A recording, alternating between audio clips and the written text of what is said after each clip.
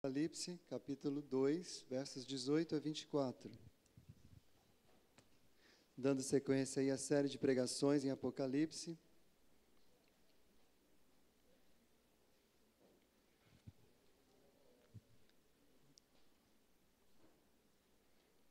Apocalipse, capítulo 2.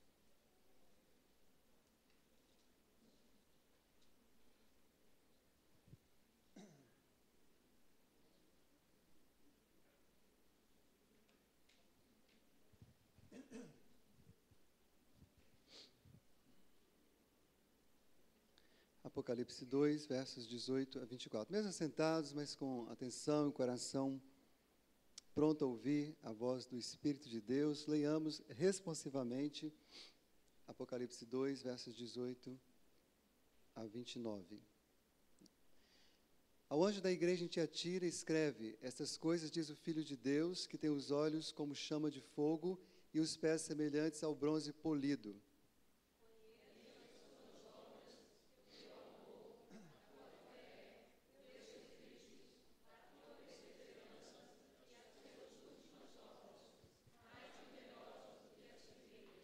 Tenho, porém, contra ti o tolerares que essa mulher, Jezabel, que a si mesma se declara profetiza, não somente ensine, mas ainda seduz os meus servos a praticarem a prostituição e a comerem coisas sacrificadas aos ídolos.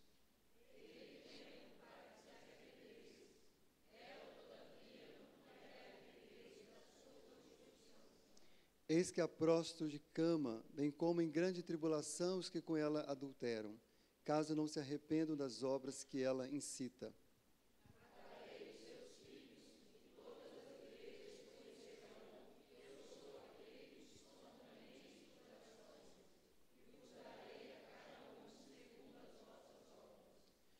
Digo, todavia, a vós outros, os demais de Tiatira, a tantos quantos não têm essa doutrina e que não conheceram, como eles dizem, as coisas profundas de Satanás.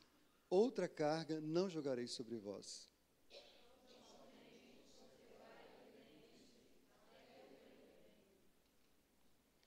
Ao vencedor que guardar até o fim as minhas obras, eu lhe darei autoridade sobre as nações.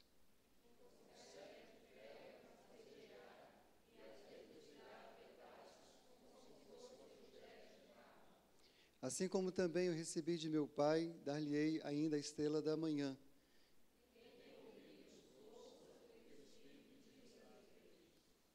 Graças a Deus. Essa semana eu ganhei o livro, ganhei emprestado, na verdade, né? O livro do pastor Hernandes, cujo tema trata exatamente das 7 cartas. Eu não conhecia o livro, a Olga me emprestou, e quando eu li a mensagem que ele tem lá, o capítulo sobre a igreja de Tiatira, eu fiquei sinceramente tentado a pregar a mensagem dele, né? E, na verdade, decidi, vou pregar. Cheguei até a falar para o Renilton, né? E li, reli, né? Eu não vejo nenhum problema alguém pregar a mensagem que outra pessoa pregou, porque, na verdade, o autor, sobretudo, é Deus. Amém, irmãos? É Deus que dá a palavra, desde que haja, naturalmente, integridade quanto a isso. Mas eu não dei conta de pregar, era tanta unção que eu não preguei, mas não dá para mim, não. Aí, quando foi essa noite, no desespero, na hora que Tobias chegou lá em casa, 6h30, eu estava numa crise tremenda, né? Está linda a mensagem, tudo de Deus, mas Deus tem uma outra coisa para falar para a nossa igreja, e eu acabei virando a boa parte da noite, agora bem já no raiar do dia, terminando esta mensagem que eu vou compartilhar com os irmãos. E o tema que Deus trouxe ao meu coração, olhando para esse texto, são as atitudes das pessoas em relação ao pecado. Como as pessoas lidam com o pecado. Como a cidade, né, a gente tem falado de cidade aqui na escola dominical, lida com o pecado. Como as religiões lidam com o pecado. A gente sabe que o pecado é uma experiência de toda a humanidade. A Bíblia fala que todos pecaram. Todos pecaram. Pecado, poderíamos dar várias definições, só lembrando que rapidamente, uma definição bem reformada, é a falta de conformidade com a lei de Deus ou transgressão dessa lei. Pecado é qualquer coisa que está contra, fora, afrontando o caráter divino, sua santidade, sua justiça. Alguém disse também que o pecado é errar o alvo. Nosso alvo é o Criador, nós somos criados para Ele. Quando nós queremos mudar esse alvo, estamos em pecado. de alguma forma. E o fato é que, como tem sido lembrado já, né, em várias mensagens aqui em nossa igreja, né, pastor Eudi tem enfatizado muito isso em 3 mensagens que ele pregou, na verdade, nós não somos pecadores porque pecamos. Nós pecamos porque somos pecadores, né? Nossa natureza é pecaminosa. Todavia, a maneira de lidar com o pecado pode ser muito diferente de pessoa para pessoa. Embora a experiência seja comum, as pessoas lidam de maneira diferente com essa questão do pecado. E para a gente poder entender nesse texto o que Deus nos fala sobre isso, rapidamente uma questão do contexto histórico. O que acontecia? Tiatira era uma cidade comercial. Ela estava na rota do correio e na rota comercial. Ali tinha produção de lã, de tecido, principalmente, de púrpura.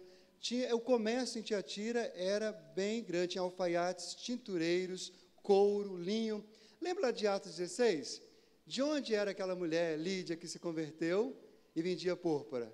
Ela era de Tiatira, né? Esse era o tchan daquela cidade, uma cidade extremamente comercial. Mas tinha algumas questões muito interessantes e muito perigosas. Para cada um desses tipos de comércios, de couro, de linho, etc., tinha um grêmio que juntava as pessoas que comercializavam aquele produto. Isso é muito comum até hoje, nós temos muitos grêmios no mundo inteiro, em muitas cidades, né? São associações, associação de comerciários, associação de fotógrafos, associações, né? Seriam sindicatos, né? Que temos tantos hoje pelo mundo afora. Mas tinha outro detalhe importante, é que para qualquer pessoa participar, vender, comercializar, primeiro tinha que fazer parte do grêmio. Se não fizesse, era considerado uma pessoa que estava fora da lei. Mas, para participar, e quem participasse dos grêmios, tinha um alto compromisso com a idolatria. Porque cada agremiação tinha uma divindade própria. Como temos hoje, né? Um Deus, uma divindade, um santo para cada coisa, né? Para os endividados, por isso era mais ou menos isso. Tinha uma divindade para cada um. E todas as reuniões, todas, isso é história, só você pesquisar, não está na Bíblia, mas está na história geral. As reuniões sempre culminavam em um culto idólatra, onde havia muita comida sacrificada a ídolos, muita bebida, e o final mesmo, o ápice, era uma orgia, onde as pessoas, então, cometiam prostituição, pecados de promiscuidade sexual. Isso era o que estava ali. Mas e os crentes da igreja em Tiatira, e os cristãos, que também eram tintureiros, que também eram costureiros, que também eram vendedores? Havia um dilema tão grande. Ou eles entravam para aquelas agremiações e prosperavam financeiramente, ou eles não entravam para aquelas agremiações e era um suicídio comercial. E, ao entrar, estariam forçosamente comprometidos com todo aquele pecado, de todo aquele povo. Imagine você, se você estivesse lá. Você não está lá, mas nós estamos no mundo, irmãos, que não é muito diferente. Todos nós, ainda hoje, somos confrontados, desafiados quanto a isso. Entre escolher aquilo que agrada realmente a Deus, e a maneira de servir, de trabalhar, de viver, que agrada ao Senhor, e escolher uma maneira que aparentemente nos vai dar prosperidade, visibilidade, crescimento, mas desonra a Deus. Mas eis que apareceu uma pessoa com a solução. Seus problemas acabaram. A solução é esta, disse Jezabel. Muito simples. Não precisa escolher entre uma coisa e outra. Vamos experimentar as duas. Mas experimentar viver aquela vida de pecado e ao mesmo tempo servir a Deus não tinha nada a ver com a vida cristã, e aí ela então inventa uma doutrina. Ela cria uma doutrina. Ela diz o seguinte: olha, na verdade, nós cristãos, para ficarmos realmente fortes contra o pecado, precisamos experimentar cada vez mais dele. Quanto mais a gente experimenta dele, quanto mais a gente peca, mais a nossa carne vai pecar, mas nosso espírito não vai. Então, mais nosso espírito é como se fosse uma vacina que nós vamos tomar. E ela começa a ensinar isso. E ela diz mais, olha, eu digo mais, aquele que vive pecando é Satanás. Então, nós temos que experimentar as coisas profundas de Satanás. Tudo aquilo que é desígnio de Satanás, precisamos conhecer. Não teoricamente, não pelas Escrituras, mas pela experiência. E assim, nós vamos tanto continuar cristãos e vamos nos santificar, segundo ela, e vamos continuar comercializando, trabalhando, sendo felizes aqui na cidade de Tiatira, e vamos ter uma igreja presente na cidade, uma igreja simpática a todo mundo, porque nós vamos, na verdade, a proposta dela é servir a 2 senhores. Jesus Cristo sabia disso tudo. E Jesus Cristo sabia como cada pessoa naquela igreja se reagia em relação àquela proposta, em relação àquela situação. Irmãos, olhando para a igreja em Tiatira e para a carta que Jesus escreve a ela, nós observamos 6 atitudes diferentes em relação ao pecado. Atitudes que continuam sendo comuns na história da humanidade. A primeira delas é viver em pecado sem arrependimento. Essa é a situação da maioria das pessoas no mundo. As pessoas continuam simplesmente vivendo em pecado e não se arrependem de cometê-los. Diz aqui a palavra de Deus, referindo-se a Jezabel, dei-lhe tempo para que se arrependesse. Ela, todavia, não quer arrepender-se da sua prostituição. Irmãos, dentro e fora da igreja, em Tiatira, havia pessoas vivendo nos pecados da prostituição e da idolatria sem se arrependerem. Jezabel era a principal e ainda levava outras pessoas com ela. Mas João, que escreve essa carta, movido pelo Espírito de Deus, por Jesus, João já sabia há muito tempo, ele tinha escrito, que existe uma diferença muito grande de falharmos e de vivermos em pecado. Olha o que o apóstolo João escreve em sua primeira carta. Aquele que pratica o pecado procede do diabo, porque o diabo vive pecando desde o princípio. Para isso se manifestou o Filho de Deus, para destruir as obras do diabo. Todo aquele que é nascido de Deus não vive na prática do pecado, pois o que permanece nele é a divina semente. Ora, esse não pode viver pecando, porque é nascido de Deus. Na visão de João, meus irmãos, viver em pecado é não se arrepender dos seus pecados, e esse é um estilo de vida diabólico, esse é o estilo de vida de Satanás.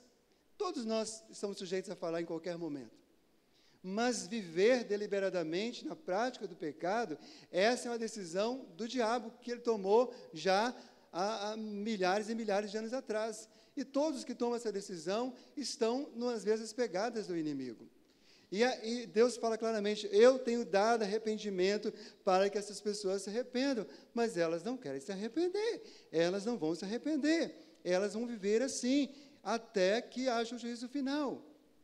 Meus amados irmãos, esse é o curso deste mundo. Lembra lá de Paulo escrevendo aos Efésios, ele fala claramente disso, que antes de Cristo, as pessoas estavam mortas nos seus delitos e pecados, andando segundo o curso do mundo, segundo o príncipe da potestade do ar, do espírito que agora atua nos filhos da desobediência, segundo as inclinações da carne e fazendo a vontade da carne e dos pensamentos. Para mim, um dos textos assim, muito fortes, que descreve pessoas vivendo no pecado, é Pedro. Apóstolo Pedro, escrevendo na sua primeira carta, lá no final do capítulo 2, ele vai dizer o que é viver em pecado. Ele diz, seguindo a carne, andam em imundas paixões e menosprezam qualquer governo. São atrevidos, arrogantes. Gente, a gente começa a ler assim, é tanta gente assim, vivendo ao nosso redor. Olha o Facebook. Não temem difamar autoridades superiores, não temem difamar autoridades superiores. Irmãos, difamar autoridades superiores não é prática agradável a Deus, santa. Como brutos, irracionais, naturalmente feitos para presa e destruição, falando mal daquilo que são ignorantes. Gente, as pessoas falam mal de Deus, da Bíblia, da igreja, não conhecem. É tanta gente que se declara agnóstica, ateia, não conhece. No dia que conhecer e que estudar com humildade, vai se converter ao Deus vivo. Na sua destruição também hão de ser destruídos. Esse é o problema, recebendo injustiça por salário da injustiça que praticam. Considerando com prazer a sua luxúria carnal, em pleno dia. Isso aqui é o que mais vemos, quais nódoas e deformidades, enquanto banqueteiam convosco, tendo os olhos cheios de adultério e insaciáveis no pecado. Meus irmãos, há pessoas insaciáveis no pecado. Quanto mais quer. Né? Quem conhece, né, como os irmãos psicólogos da igreja e outros, sabe que essa é uma marca já do vício, né? Porque é insaciável. Mas qualquer vício, seja o da bebida alcoólica, seja o da droga, seja do trabalho, seja o da pornografia, se a pessoa mais. Mas, em última análise, é um problema espiritual. É uma vivência escrava do pecado. É insaciável. E assim segue tantas e tantas pessoas. Pessoas que vivem em pecado e desperdiçam a oportunidade de se arrepender. Sofrem as consequências nessa vida e na vida futura. Como Deus é paciente e longânimo. Jesus fala, olha, eu dei tempo para ela se arrepender. Né? Alguns questionando a volta de Jesus para Pedro. Pedro fala, gente, Jesus não está demorando a voltar. Ele está apenas sendo longânimo, para que mais e mais pessoas se arrependam, se o conheçam e sejam salvas.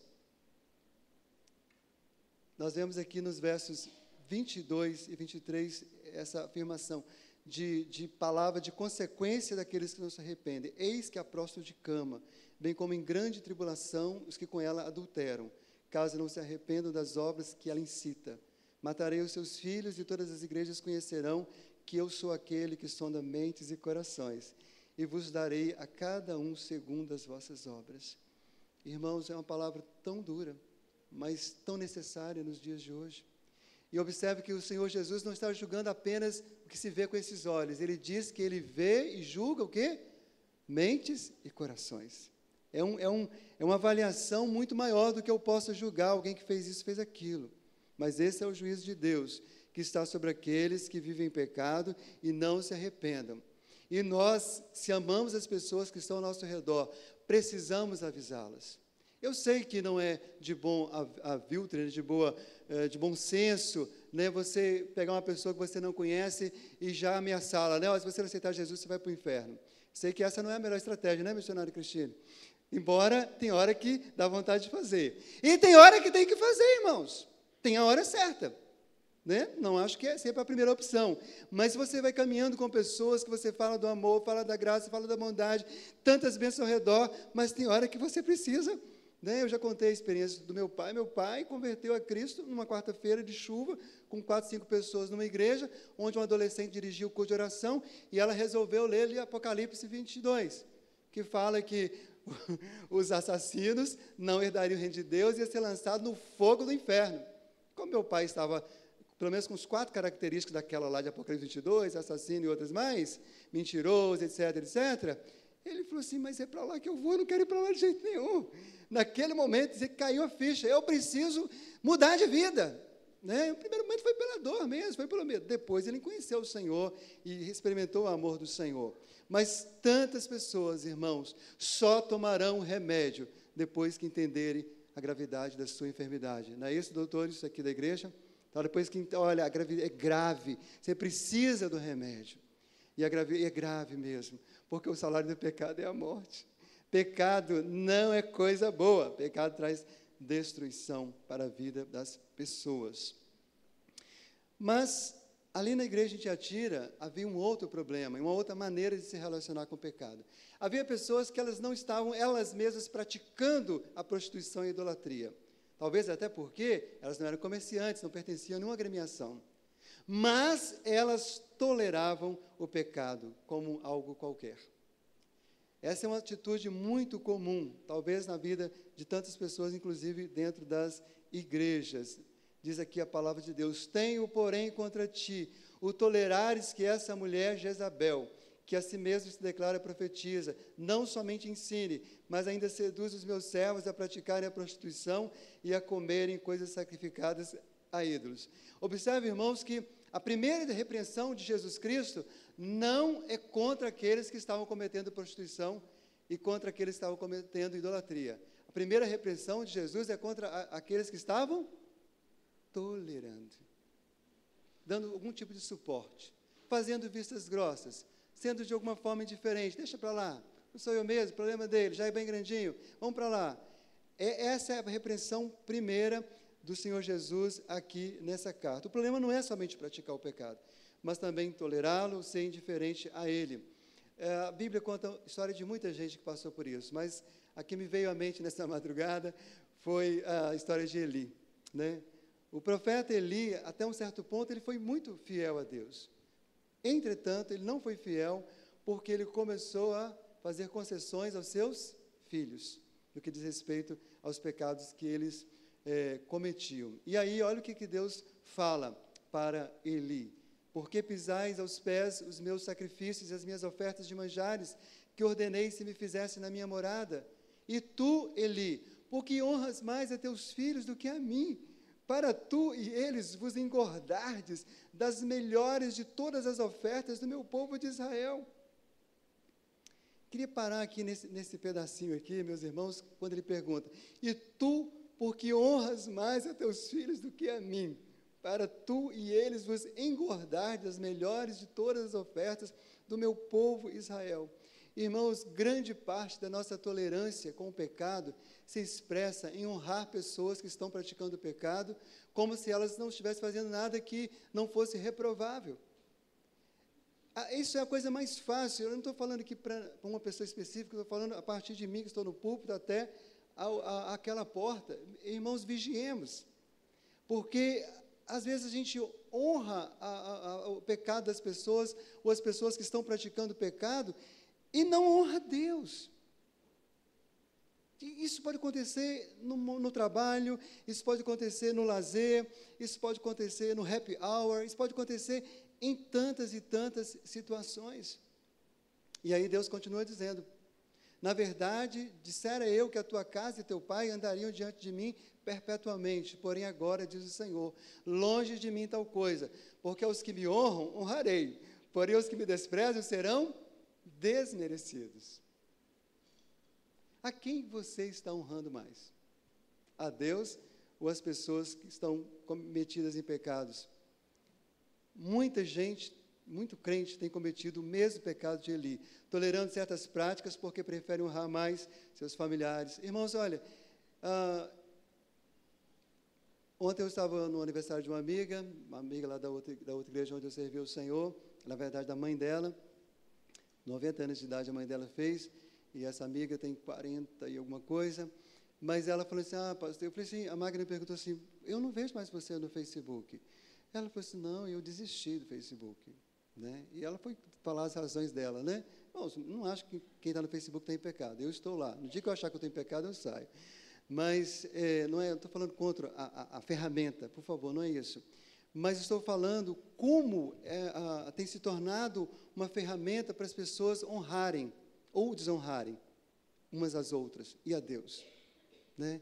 A gente expressa comportamentos, práticas, que ali todo mundo ficou feliz com aquilo, mas se pergunta a Deus, vem cá, está honrando a Deus isso que eu estou fazendo? Olha o Instagram que você coloca, é só olhar onde e o que estão fazendo. Tem lugares que a gente vai, vocês me conhecem, eu tenho uma liberdade em Cristo em qualquer lugar, de verdade.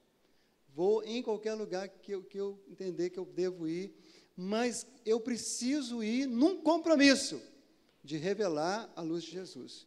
Se eu tiver qualquer dúvida de que isso vai acontecer, que eu possa estar ali tolerando, acariciando o pecado dos outros, é melhor eu não ir. É melhor eu não ir. Qualquer coisa que eu for fazer, que eu percebo que eu estou honrando mais as pessoas, é melhor eu deixar de fazer. Vamos ter cuidado, meus irmãos, em nome de Jesus. Mas, além dessa coisa de viver em pecado, tolerar o pecado, há uma terceira atitude presente ali naquela igreja, que é ensinar e seduzir à prática do pecado. Ensinar e seduzir, aí é quase sinônimos, é a maneira de enfatizar a influência que Jezabel estava exercendo sobre a igreja no que diz respeito a levar as pessoas a pecarem. Seduzir é convencer com arte e manha, persuadir com astúcia sob a promessa de vantagens, induzir ao erro por meio de astúcias, atrair, encantar, fascinar, envolver totalmente. Irmãos, não tenha dúvida disso. Parece que Tiatira não estava enfrentando nenhuma perseguição por fora. Observe que não tem muita palavra assim nesse sentido, né? Como tem nas cartas anteriores, conheça a tua tribulação. Não, a igreja estava crescendo, a igreja estava trabalhando, a igreja estava servindo, estava indo tudo bem. Como Satanás não tinha nenhuma força de fora para dentro, né? Com força política, com força de perseguição, ele implanta um agente secreto dentro da própria igreja. Ele começa... É mais ou menos como um câncer. Antes de um câncer brotar, o corpo é saudável, está saudável. Mas alguma fragilidade, alguma coisa surge, né, uma imunidade cai, acontece um acidente, vem uma dor emocional, enfim. O fato é que aí surge um câncer, ali dentro do corpo. E a gente sabe que um câncer, quando ele é extirpado imediatamente, a chance de cura é muito grande. Mas quando ele não é extirpado, a chance de adoecer todo o corpo e a pessoa partir é grande. Nós estamos num grupo, né? Iris colocou mais um grupo lá, né, Iris? Depois eu vou acertar com você. Estamos mais num grupo lá, mas eu fiquei por misericórdia, né? Porque ali nem precisa estar mesmo. De uma pessoa que está numa situação muito dolorosa, né? De um câncer. E graças a Deus, eu estou maravilhado porque como Deus tem usado as pessoas da igreja para levar consolo, né? Palavra, encorajamento, hoje alguns vão visitar, e é de Deus. Mas e assim é dentro da igreja. Quando começa a se ensinar, começa a tolerar, depois ensinar e seduzir a prática do pecado, aí realmente começa a destruição de dentro para fora. Jezabel estava minando a igreja em Tiatira, ensinando que o prejuízo financeiro era pior do que o prejuízo do pecado. Ela ensinava uma falsa doutrina, uma falsa moralidade. Segundo ela, os crentes poderiam pecar com seus corpos, se prostituindo e comendo sacrifícios idólatras, pois o que importava era o espírito. Irmãos, esse espírito de Jezabel persegue a igreja durante todos os tempos dela. E hoje ele está tão presente, tão presente. É a coisa mais fácil que tem você entrar dentro de um templo, teoricamente considerado cristão, e ouvir um ensinamento totalmente contrário à palavra de Deus. Mas especialmente voltado àquilo que é pecado mesmo, né? Hoje a gente vive aí a onda das igrejas alternativas, né? De algumas igrejas que se denominam metropolitanas, contemporâneas, mas que, na verdade, elas continuam concordando, incentivando, confirmando toda sorte de práticas pecaminosas, toda sorte de práticas pecaminosas. Né? Inclusive, essas igrejas se reúnem em nome de Cristo. Tem a Bíblia, o Antigo e o Novo Testamento, pregam, tem batismo, está cheio. Né? Nossos irmãos que estão lidando aí nas questões da sexualidade sabem melhor do que ninguém sobre isso. Como cresce, e é interessante, né? As Jezabéis, vamos dizer assim, né? No meio e no seio da igreja do Senhor. É um cristianismo liberal, sem regras, sem limites, ecumênico ao extremo, comungando com o paganismo e com o mundanismo. Mas, irmãos, a gente sabe que é uma cilada, é um sofisma, é um engano de Satanás, porque o pecado pode parecer coisa boa, mas a gente sabe que ele é terrível. Nas palavras do pastor Hernandes, aí eu estou citando um pedacinho do sermão dele, ele diz assim: o pecado é doce ao paladar, mas amargo ao estômago. O pecado é uma fraude, oferece prazer e traz desgosto. Satanás é um estelionatário, promete vida e paga com a morte. Palavras do poeta Hernandes, né, que eu fiquei incomodado, não conseguiria repetir todas, repeti só essa, né? Mas descreve de maneira tão precisa exatamente o que o pecado faz com as pessoas. Mas quando pessoas começam a dizer, isso não é pecado, pode fazer, olha só a repreensão de Deus no livro do profeta Isaías. Ai dos que ao mal chamam bem, e ao bem, mal, que fazem da escuridade luz, e da luz, escuridade. Põe o amargo doce, e o doce por amargo. Ai dos que são sábios a seus próprios olhos, e prudentes em seu próprio conceito. Irmãos, isso descreve exatamente o que a gente vê todo dia, em uma inversão de valores, uma atrás da outra. E as pessoas vão em nome de Deus, em nome de suas convicções, em nome da humanidade, do bem-estar, e vão mudando, dentro e fora da igreja, todo dia. As nossas leis estão sendo alteradas, justamente movidas por esse pensamento. Agora, eu sei, queridos irmãos, que há assuntos que eles são mais polêmicos, né? Tem assuntos para nós aqui como igreja, são totalmente superados. Mas eu vou citar alguns que não são, para que os irmãos orem a respeito. Por exemplo, existe discussão no meio cristão se a ingestão de bebida alcoólica é pecado. Esse é um assunto sempre recorrente, sempre que as pessoas conversam sobre isso. Mas enquanto você não chega a uma conclusão, preste atenção no que é claramente pecado: embriaguez. A Bíblia diz o seguinte, que embriaguez e a bebedice são pecados. Não tem outro nome. Pecado. Obra da carne. Quem pratica essas obras sem se arrepender não herdará o reino de Deus. É a Escritura que diz, não é o Supremo Conselho da IPB, não é o Conselho da IPJC. Vigia, vigia. Bêbados que não se arrependem dos seus pecados não herdarão o reino de Deus. Pessoas que acham que podem viver uma vida soluta, encher a casa de bebida alcoólica, se embriagar e convidar os convidados e a festa ser movida a bebida, estão precisando de se arrepender e se comportarem como crentes, ou de se converter porque ainda não são. Mas o fato é que a Bíblia diz que é pecado. Quer ver outro assunto?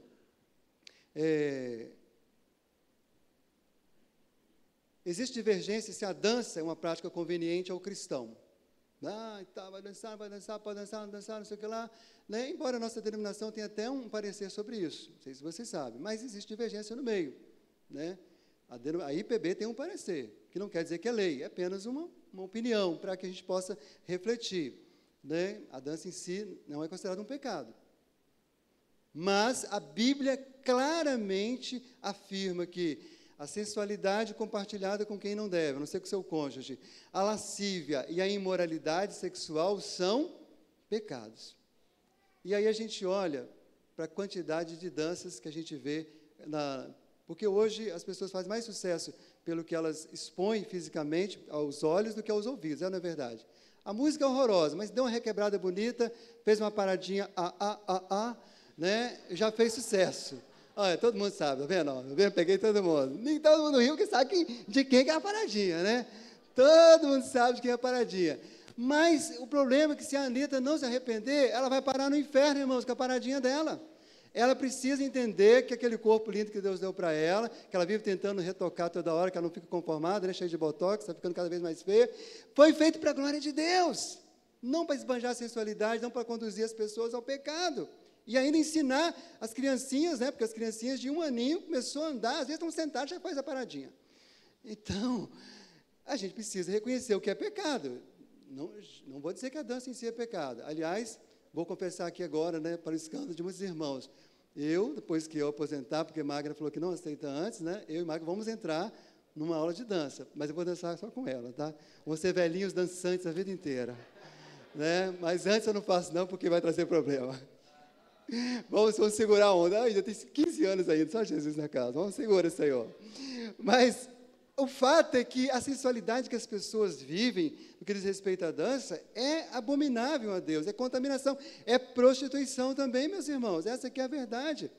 Quer ver uma outra coisa? Existe controvérsia quanto a ouvir músicas que não sejam evangélicas. Né? Olha, lá em casa eu ensino, e acho até que eles estão precisando melhorar muito, mas eles sabem que eu ensino isso, desde pequeno, meu filho. A questão não é se é gospel ou não gospel, porque no meio gospel tem tanta coisa que não presta, que Deus me perdoe. A questão não é essa, a questão é, essa música, essa letra, me faz o bem espiritual que eu preciso, essa letra honra ao Deus que eu sirvo, essa letra condiz com o caráter de Deus. Irmãos, olha, os irmãos sabem disso, eu vou sem nenhum preconceito, não tem dificuldade, eu entendo que eu não tenho como me excluir de certas situações da igreja. Mas quando eu estou em certos ambientes de festa da igreja, que tem certas músicas com as letras tão contrárias ao que nós cremos, ao que nós praticamos, eu fico pensando, o que essa letra está fazendo aí? Mas eu tenho que reconhecer que, não sei se são todos, mas alguns não têm culpa. Alguns a culpa é daqueles DJs endemoniados. Meu Deus do céu. A gente vai lá e fala assim, tira essa música. Não tira. Eu já falei, eu já fui lá e mandei tirar. Conversei com a dona da festa, com o dono da festa. Não tira, não tira, não tira. E tira, não tira. Acabou que ficou a música. A gente tem que orar pela conversão de todos os DJs, né, para que eles possam, né, na verdade, obedecer. Ou então você coloca um contrato. Eu vou dar uma ideia para vocês. Coloca no contrato assim, olha, selecione as músicas que você quer. E nós, pessoalmente, aqui como igreja, não temos problema com a música não evangélica, pode ser não evangélica, mas olha as letras, leia todas as letras. Ah, mas são 500 músicas, leia as 500. Esse é o casamento, vale a pena ler as 500. Vale a pena, o aniversário de 15, vale a pena ler. Olha, essa aqui, e coloca assim, se você tocar outra música fora dessa que não condiz, coloca metade do pagamento para depois. Não receberá outra metade. Eu duvido que você vai tocar. Duvido que você vai tocar. Agora, você paga tudo, o cara está lá e toca o que ele quiser, faz o que ele quiser. Então, irmãos, não há dúvida. Se eu não posso consagrar a Deus o que eu compus, como diz lá o Salmo, não deveria estar na minha boca. E não estou falando que só pode cantar música de adoração, não, pode cantar música de amizade, de amor entre o marido e a mulher, da natureza, de esporte, tudo isso pode glorificar a Deus de alguma forma. Agora, se isso vai afrontar a Deus, não deveria estar no meu headphone, não deveria estar no meu celular, não deveria estar na minha boca. Irmãos, existem opiniões diferentes quanto a muitos usos e costumes. Eu citei só 3, poderia citar aqui 1 milhão deles.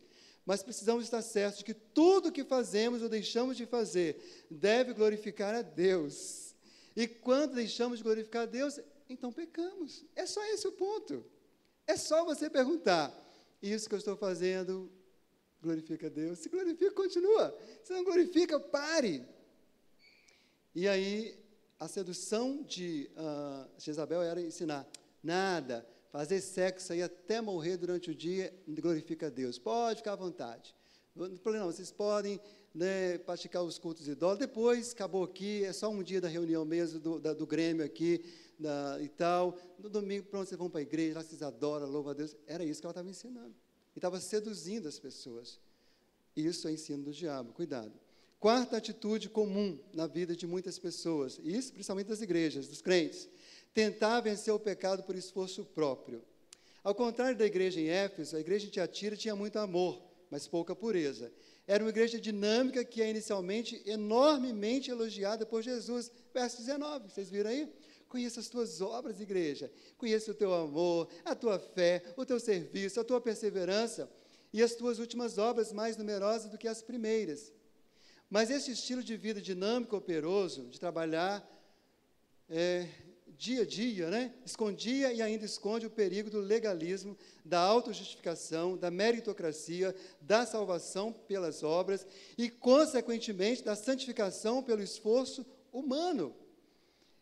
Irmãos, era como se o pessoal falasse, não, já que o próprio Cristo, se Jesus parasse só ali, gente, o negócio ia ficar feio. Porque o próprio Cristo estava elogiando, né? Nossa, as suas obras agora são muito maiores do que as primeiras. E era um elogio, não era um confronto. O problema é que, quando nós firmamos a nossa fé, a nossa vida, naquilo que fazemos, nas nossas boas obras, no nosso esforço, achando que aquilo vai nos santificar, aí, irmãos, a gente está caindo no outro pecado, que é o pecado do legalismo. E a palavra de Deus também nos chama a atenção sobre isso. Há uma advertência terrível de Deus, né, para Caim, que diz assim, se todavia procederes mal, eis que o pecado jaz à porta, o seu desejo será contra ti, mas a ti cumpre dominá-lo. Isso tinha a ver com o pacto das obras, Antigo Testamento. Aí a pergunta é, quem é que consegue por si mesmo dominar o pecado? Paulo aos Romanos confessa, porque eu sei que em mim, isto é, na minha carne, não habita bem nenhum, pois o querer bem está em mim, não porém o efetuá-lo. Olha só, eu quero fazer o bem, mas eu não consigo, porque não faço o bem que eu prefiro, mas o mal que não quero, esse faço. Quando Paulo lembra, né, da sua vida, ou pensa na sua vida sem Cristo, ele fica desesperado, irmãos. Olha o que ele vai dizer. Desventurado homem que sou, quem me livrará do corpo desta morte? Por mais que a intenção seja boa de eu vencer o meu pecado, porque eu sou muito bom, eu venço o pecado, porque eu faço isso, eu faço aquilo, pratico tudo isso. Irmãos, essa é uma ideia contrária à graça de Deus. E o apóstolo Paulo estava dizendo o seguinte, olha, antes de eu conhecer a Cristo, principalmente, eu já vivia assim, eu era zeloso, eu obedecia à lei, mas eu era infeliz, desventurado, porque mesmo eu fazendo tudo isso, eu continuava pecando, e o pecado continuava me dominando. Irmãos, tem muitas pessoas infelizes dentro das igrejas porque elas esperam elas mesmas vencer seus próprios pecados. Embora seja uma intenção até interessante no sentido de vencer o pecado, mas não é. Acho que uma expressão mais clara disso a gente vê no romanismo, que são as penitências. Não, eu vou compensar meu pecado, agora tem a penitência tal, e porque se eu fizer a penitência tal, né, subir de joelhos não sei o que lá, dar esmola não sei o que lá, e vai, né, fazer tantas orações, ajoelhar, rezar tantas, enfim, eu vou vencer este pecado. É um esforço meramente humano, que também não condiz. Talvez, irmãos, uma das razões de muitos crentes, e eu quero confessar aqui, que durante um tempo da minha vida, e confesso aos irmãos que é uma tentação constante que me ronda, né, e que só estou livre dela, mesmo pela graça de Deus, é exatamente mergulhar no trabalho.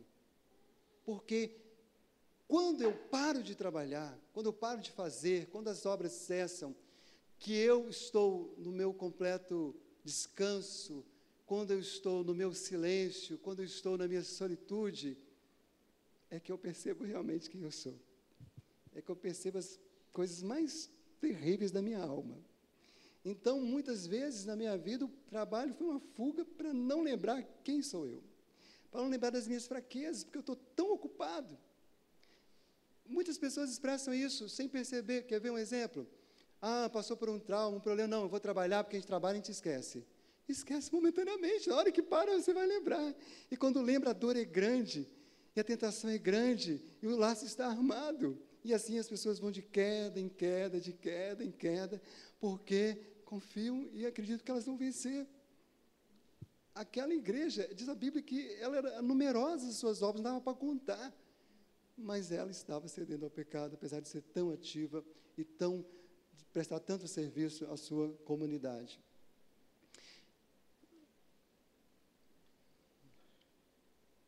Mas aqui, meus irmãos, há uma quinta forma de relacionar e de lidar com o pecado. Reconhecer e arrepender-se de seus pecados. Os versos 21 e 22 salienta da Jezabel que não se arrependeu. Mas o verso 22 diz que há uma expectativa em que aqueles que estavam seguindo a ela, praticando o que ela ensinou, pudessem arrepender, porque para caso não se arrependam das obras que ela incita, virão essas maldições sobre eles, caso não se arrependa. Então, observe que o próprio Cristo entendia que aquela palavra ia tocar pelo menos alguns iriam se arrepender de seus pecados. Irmãos, tanto no Antigo Testamento quanto no Novo Testamento, as convocações de Deus ao povo para que ele se arrependa são constantes. Todos os profetas do Antigo Testamento têm em comum isso. Não tem um profeta que profetizou sem que chamasse o povo ao arrependimento. Poderia falar de um monte de assunto, falar de bênçãos, de alegrias, mas em algum momento ia confrontar o pecado e falar: arrependam-se, arrependam-se, arrependam-se. No Antigo Testamento foi assim, no Novo Testamento assim. Lembra do nosso amigo João Batista? Arrependei-vos, porque está próximo o reino dos céus. Produzi, pois, frutos dignos de arrependimento. Irmãos, o arrependimento nos leva a usufruir aquilo que Deus já nos deu em Cristo, amém, meus irmãos? Que é justificação, que é o perdão. Diz a Bíblia que o que encobre as suas transgressões jamais prosperará, mas o que as confessa e deixa alcançará misericórdia. Cristo estava dizendo isso para aquela igreja: olha, a prosperidade de vocês não tem nada a ver com ceder os pecados dos grêmios de Tiatira, tem a ver com se arrepender dos pecados e andar na minha presença. Essa é a prosperidade que eu tenho para você, em nome do Senhor Jesus. Se dissermos que não temos pecado nenhum, a nós mesmos nos enganamos, e a verdade não está em nós. Se confessarmos nossos pecados, Ele é fiel e justo para nos perdoar os pecados e nos purificar de toda injustiça. Nós, como igreja de Deus, somos um povo que ainda peca, mas somos um povo que o Espírito Santo convence todo dia, leva ao arrependimento todo dia, e nos leva a buscar e crescer em santificação todo dia. Amém, meus irmãos? Essa é a grande diferença da verdadeira igreja de Jesus. A última forma de se relacionar com o pecado que aqui esse texto nos lembra é viver em Cristo e para Cristo, longe do pecado. Verso 24: digo, todavia, a vós outros, demais de Tiatira, a tantos quantos não têm essa doutrina e que não conheceram, como eles dizem, as coisas profundas de Satanás. Outra carga não julgarei sobre vós. Olha que coisa linda. Tinha gente fiel lá dentro daquela igreja. Tinha gente que não concordava com a doutrina e ainda fazia questão de viver em santidade. E o Senhor se alegra com aquelas pessoas, o Senhor os elogia. E o Senhor acrescenta: tão somente conservai o que tens, até que eu venha. O que você tem? Você tem tudo em Cristo. Quem tem Cristo tem tudo. Meus amados irmãos, nós temos tudo em Cristo, e em Cristo nós podemos viver longe do pecado. João escreveu na sua primeira carta: sabemos que todo aquele que é nascido de Deus não vive em pecado. Antes, aquele que nasceu de Deus o guarda, e o maligno não lhe toca. Observe lá, depois do texto, que quando ele fala aquele que nasceu de Deus, está referindo ao Cristo. Esse guarda. E Judas entendeu muito bem isso, não o Judas, né, traidor, mas o Judas, irmão de Jesus, ele vai dizer assim: ao Deus que me guarda de tropeçar, para me apresentar puro e santo diante de Deus. Mas para isso era preciso conservar o que eles haviam recebido, era preciso permanecer naquele que era verdade, o próprio Cristo. Paulo, depois de expressar o seu desespero e a sua frustração em vencer o seu próprio pecado, ele diz lá no final do capítulo 7, graças a Deus por Cristo Jesus.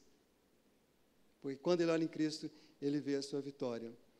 E João vai enfatizar ainda mais. Também sabemos que o Filho de Deus é vindo e nos tem dado entendimento para reconhecermos o verdadeiro.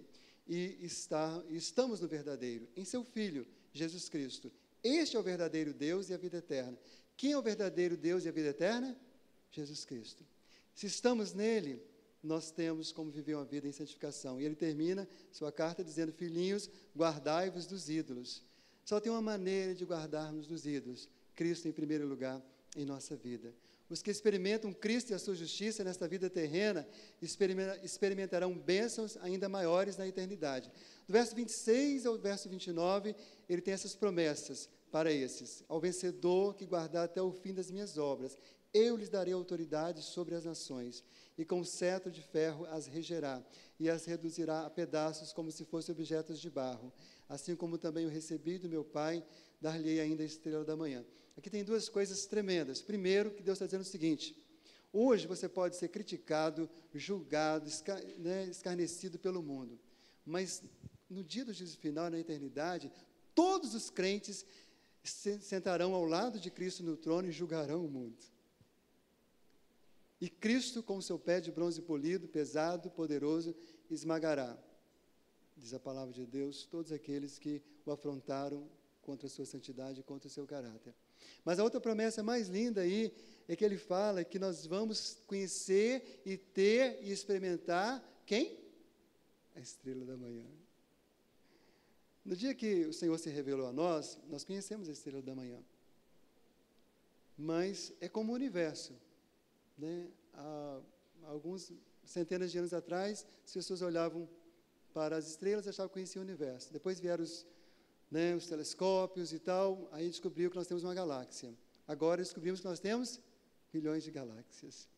Se a criação de Cristo é assim, imagine o Cristo. O que nós conhecemos do nosso Deus, da nossa vida eterna, é muito pouco. Mas quando nós estivermos com Ele, nós vamos conhecê-lo como Ele é. A estrela da manhã.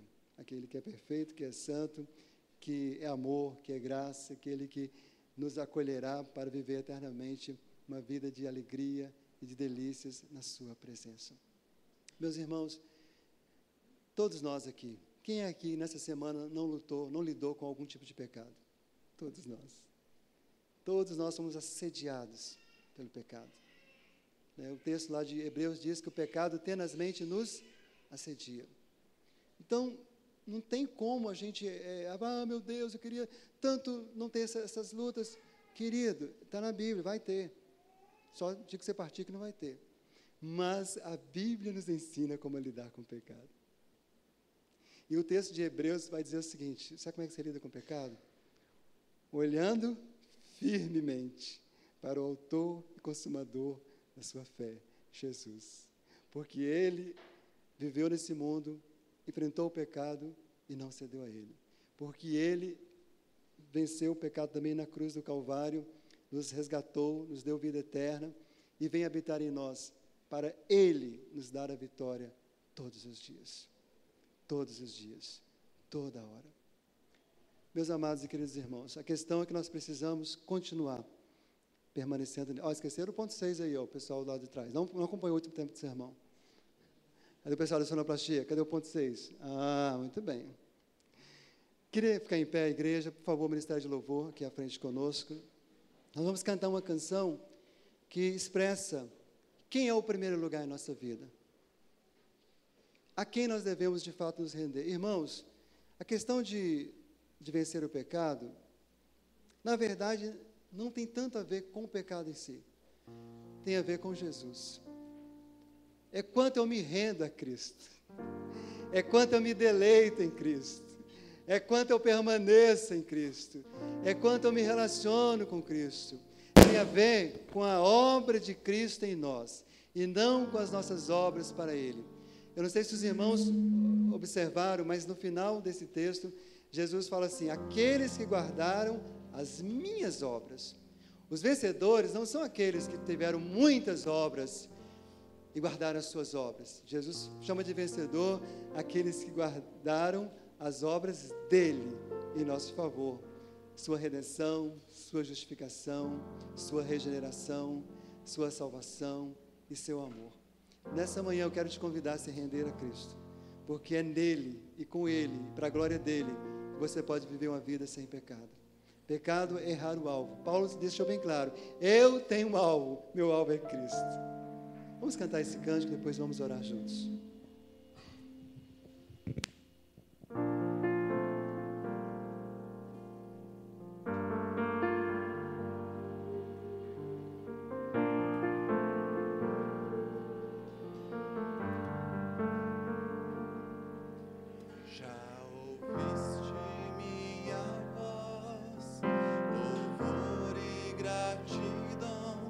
Prostrado a te adorar.